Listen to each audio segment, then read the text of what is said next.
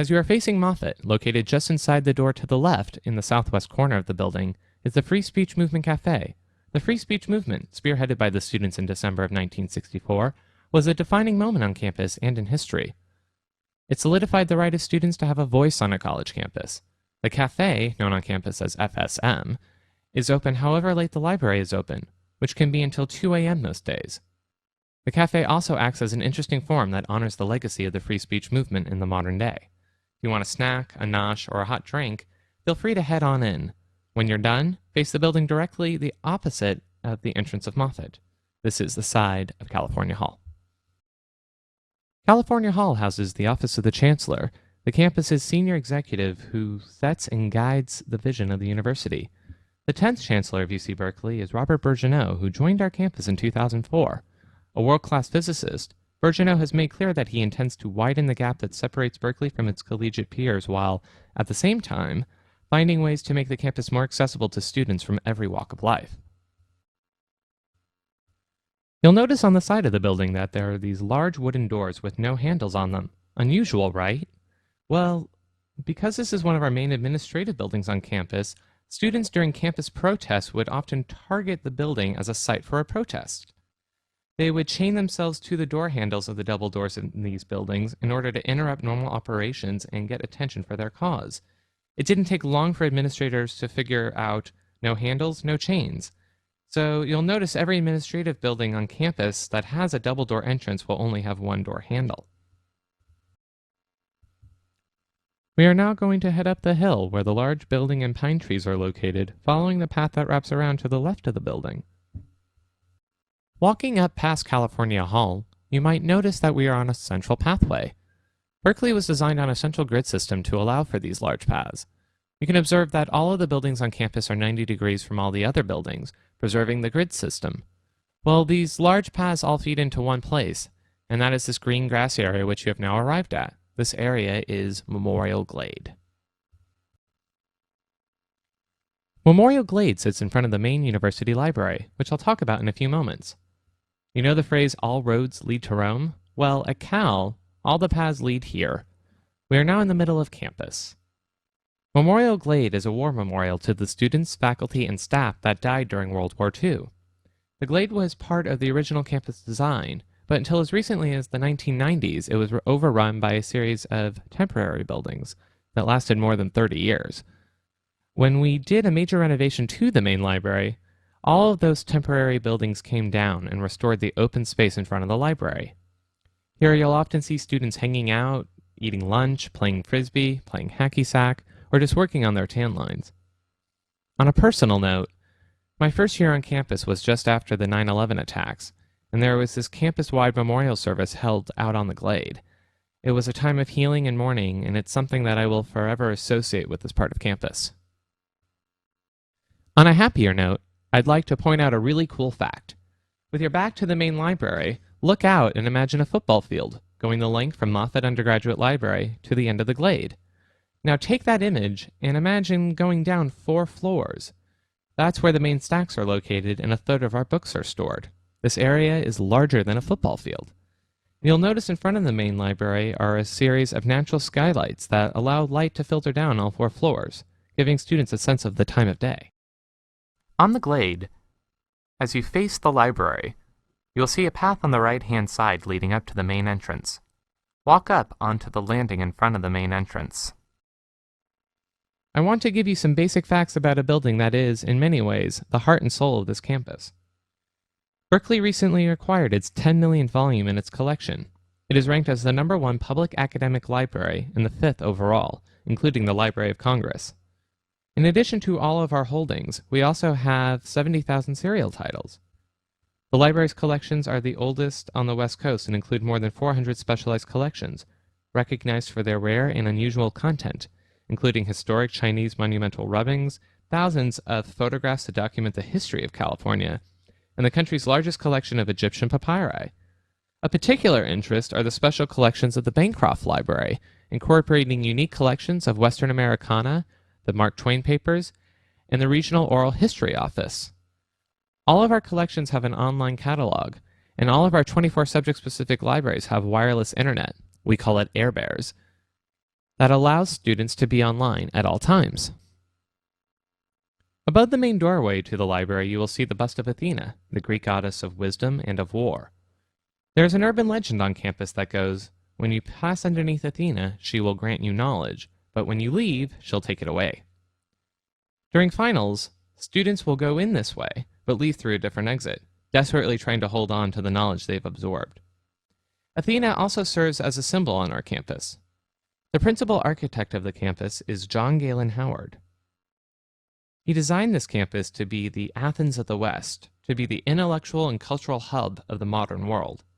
Athena is a representation of that vision and aspiration. As a public university, we of course have a public library. I invite you all to go inside and explore the library. Before you go inside, I'll describe a few things that you'll see. You can then pause the tour, go inside and explore, and then come back outside and resume. Just inside to the right is the Morrison Library, a recreational reading room featuring current magazines and newspapers, a browsing collection of books on all subjects, a fiction collection, a poetry corner, and phonographic records and compact discs with stereo equipment for leisure listening. It's also the site of monthly poetry readings and frequent guest lectures. The Morrison Reading Room acts as a non-study library, giving students a library-like environment, but it's not a place to do your physics homework. There are plenty of other places to do that, but it's just one place to enjoy reading. One thing I like to point out to prospective students is that Morrison offers an art collection available for loan, the Graphic Arts Loan Collection, for all registered students, faculty, and staff. So when you are decorating your dorm rooms, you don't have to have just a poster, but you can have a more formal print in your room if you would like. Past Morrison, take the stairs going left, and you'll reach large reading rooms. The room to your right is the East Reading Room. This room houses two really cool things. One is the large Emmanuel Lutze painting, Washington rallying the troops at Mammoth, made in 1854. You will also notice a series of names in the ceiling of this reading room. The frieze contains 15 names of men who were selected by the faculty for being unique contributors to progress through the medium of books, and whose work represents some typical chapter of thought who has transformed for the better the conditions of civilization. I always like to point out that some of the names anyone would instantly recognize, while others are much more obscure and academic in nature.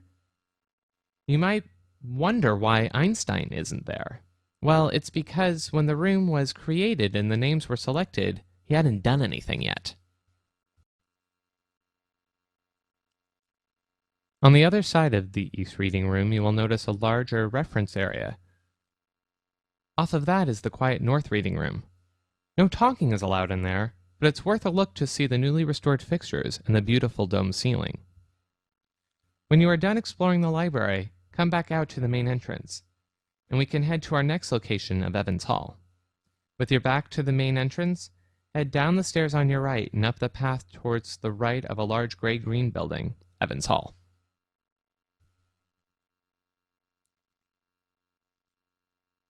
As we are walking up to Evans, look to your left across the glade and you will notice a construction site. This is for the new Chang Lin Tien Center for East Asian Studies. It will provide a central location for the East Asian Studies program and facilities. The Tien Center comprises two buildings, the CV Star East Asian Library and a second structure that will house the Institute of East Asian Studies and the Department of East Asian Languages and Cultures. This new center will acknowledge the many contributions made by Dr. Tien, former chancellor to the university. The center is scheduled to open in the fall of 2007. By now, you should have reached the south side of Evans Hall, home to the mathematics, statistics, and economics departments.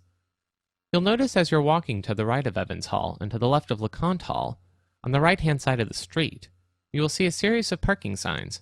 These blue signs say, "Reserved for NL." NL stands for Nobel Laureate. Berkeley currently has 19 members in our Nobel family. We have won the Nobel Prize in 4 areas: economics, physics, chemistry, and literature. The most recent Nobel Prize winner was in 2001, with George Aklaroff winning in economics. The most recent addition to the family was when Dr. Stephen Chu came to Cal to be the director of Lawrence Berkeley National Labs. He won his Nobel Prize back in 1997 in physics. So at Berkeley, where campus parking is at a premium, A reserved parking space is one of the most coveted perks to a Nobel Prize winner, and it's just a small way to recognize their contribution to the campus. As I mentioned a moment ago, Evans Hall houses the Econ department. LeConte Hall directly opposite houses the physics department, and just above it is where the College of Chemistry is located. Walking past Evans Hall, make a left and head towards a beautiful white building with the columns, 3 arches, and a big staircase in front of it. This is the Hearst Memorial Mining Building. As we are walking, you can notice the area of the College of Engineering, which is this entire area you're walking in. You will also see the construction site for the new CITRIS Center. CITRIS stands for the Center of Information Technology Research in the Interest of Society. The mission of CITRIS is to bring the resources of this university to bear, pardon the expression, on California's biggest challenges such as energy efficiency, transportation, and earthquake preparedness. By now, you have reached the main steps of the Hearst Memorial Mining Building. You might be wondering why we would have a mining building on campus. Well, mining was one of the original colleges on the Berkeley campus. By 1942, these colleges of civil engineering, mechanic arts, and mining merged to form today's College of Engineering. The building underwent a major overhaul and renovation and is now the Center for Research on Materials Science and Engineering, and now the building can move 28 inches in the event of an earthquake. Soon, Hearst will also support a large nanotechnology effort in conjunction with the CITRIS Center. Walk through the front entrance of the 4-story building and you'll find yourself in the Grand Memorial Gallery, where each pane of glass in the central skylight has been restored. Look up and you'll see the arches adorned with Gustavino tiles, an early fireproofing method not commonly found in West Coast architecture. The 1960s vinyl flooring in Memorial Gallery has been removed to reveal the original herringbone patterned yellow brick. When you are done, come back out and we'll resume the tour. We are going to head back the way we came, down the stairs and to the left of Evans Hall. It is the pathway on the right. The area we are walking through is known as Hearst Memorial Mining Circle, now in the process of being restored to its original glory. The building under construction to your left is Stanley Hall. This is the building with the green roof and white facade. As the cornerstone facility for UC Berkeley's Health Sciences Initiative, Stanley Hall provides a hub for interdisciplinary research and teaching at the intersection of the biological sciences, physical sciences, and engineering. Stanley Hall will house approximately 40 research laboratories, research supports facilities, and administrative offices. The laboratory and lab support space is designed with a flexible layout that can easily respond to multidisciplinary research protocols and evolving needs of modern research. Stanley Hall is scheduled to be open in fall 2006. We are currently standing on the sidewalk opposite Stanley Hall. To your right is the East Gate entrance of campus. Just across the street from the East Gate is the Hearst Greek Theater. This is an outdoor amphitheater which is used for commencement ceremonies, live bands, and the Big Game Bonfire. Incidentally, the Big Game Bonfire is the largest bonfire allowed in the state of California.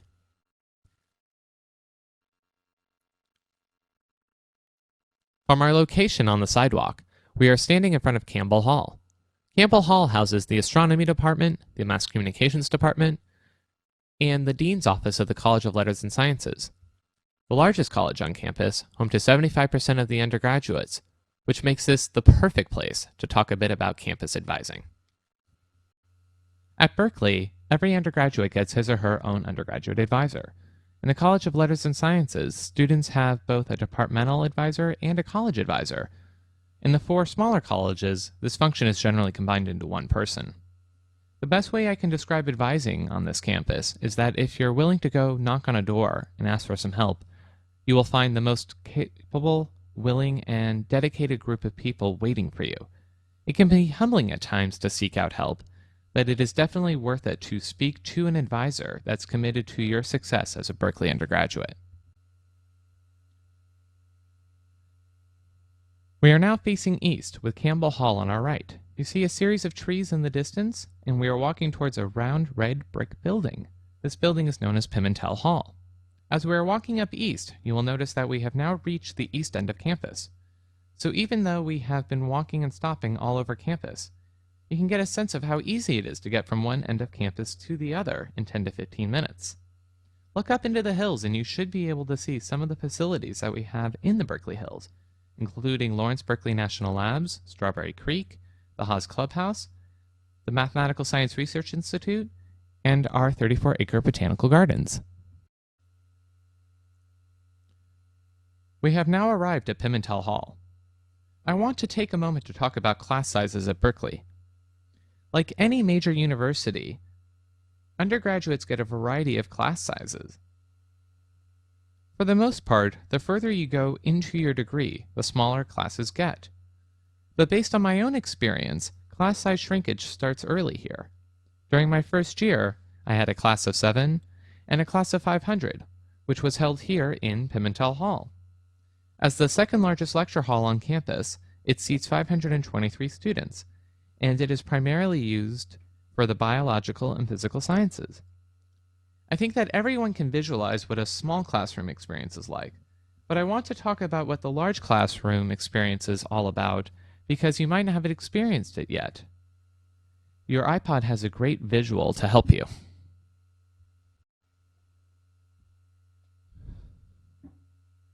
In our large lecture halls, all of our professors wear microphones. This gives students an equal hearing opportunity. The room also has 14 cameras inside that project an image onto a large screen, giving students an equal viewing opportunity. Since many of the lectures are recorded, there is often a digital archive of lectures. Students can go onto the course website and fast forward to a particular point and listen to a selected section they may have missed or misunderstood. It's just one of the ways that Berkeley is using technology to aid and support the learning process. In my experience, it was always better to go to the lecture because you can still ask questions. Pimentel Hall also has a large stage in the front of the class with a demonstration table and blackboards that rotate. The stage is duplicated on 2 other sides so that while one lecture is occurring, another one can be prepared or taken down. There is a 10-minute interval in between classes, and the stage can rotate in between classes. This way, the room can be fully utilized. We're going to turn around now and make a left through the courtyard before you reach Campbell Hall. For every class here at Berkeley that has more than 40 students, we are automatically broken down into what we call discussion sections. A discussion section is led by GSIs, graduate student instructors. They help to create smaller learning spaces where students often find it easier to get questions answered, form study groups, and to go over the material again. Both the professor and the GSIs are required to hold regular office hours. From my own experience, office hours have helped me in a tremendous way, from really learning the material to helping to form unique bonds with my professors. I want to also mention a wonderful program for undergraduate students. This is our freshman-sophomore seminar program, where you have 15 students sitting around a table with a senior faculty member talking about something in his or her particular field of research. It is a great way to have a faculty member know a student's face and name during that critical first semester. It humanizes faculty and makes them much more approachable for the future.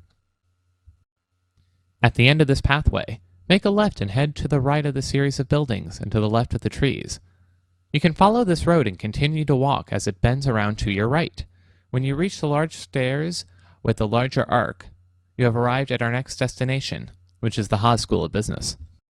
This area of campus is where the College of Chemistry is located. As we are walking down this pathway, I want to share with you some fun chemistry facts. Berkeley has discovered more elements on the periodic table than any other university. We have also had the honor of having 2 elements named after us and 2 elements named after our faculty members. The 4 elements are berkelium, californium, lawrencium after Professor Ernest Lawrence, and seaborgium after Professor Glenn Seaborg. Interestingly enough, seaborgium was the only element to be named after someone while he was still alive, and was considered to be quite the controversy in the world of chemistry.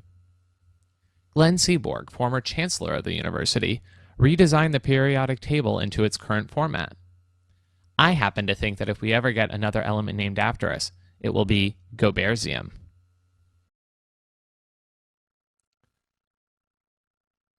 This impressive arch is the main entrance to the Haas School of Business, built in 1995 with entirely private funds. Since that time, it has quickly risen to be one of the country's premier business schools, for both undergraduates and MBAs. The name Haas are relatives of the descendants of the Levi Strauss family, as in Levi Jeans. Both families are full of Cal alumni, and is an important benefactor for the campus and the San Francisco Bay Area in general. Interestingly enough, you might notice the Fisher Gate, which comes from the Gap Corporation, so you have both Levi's and Gap on this building. I invite all of you to go up into the Haas Plaza and explore. It's really quite stunning. When you are done, come back down, and we'll restart the tour.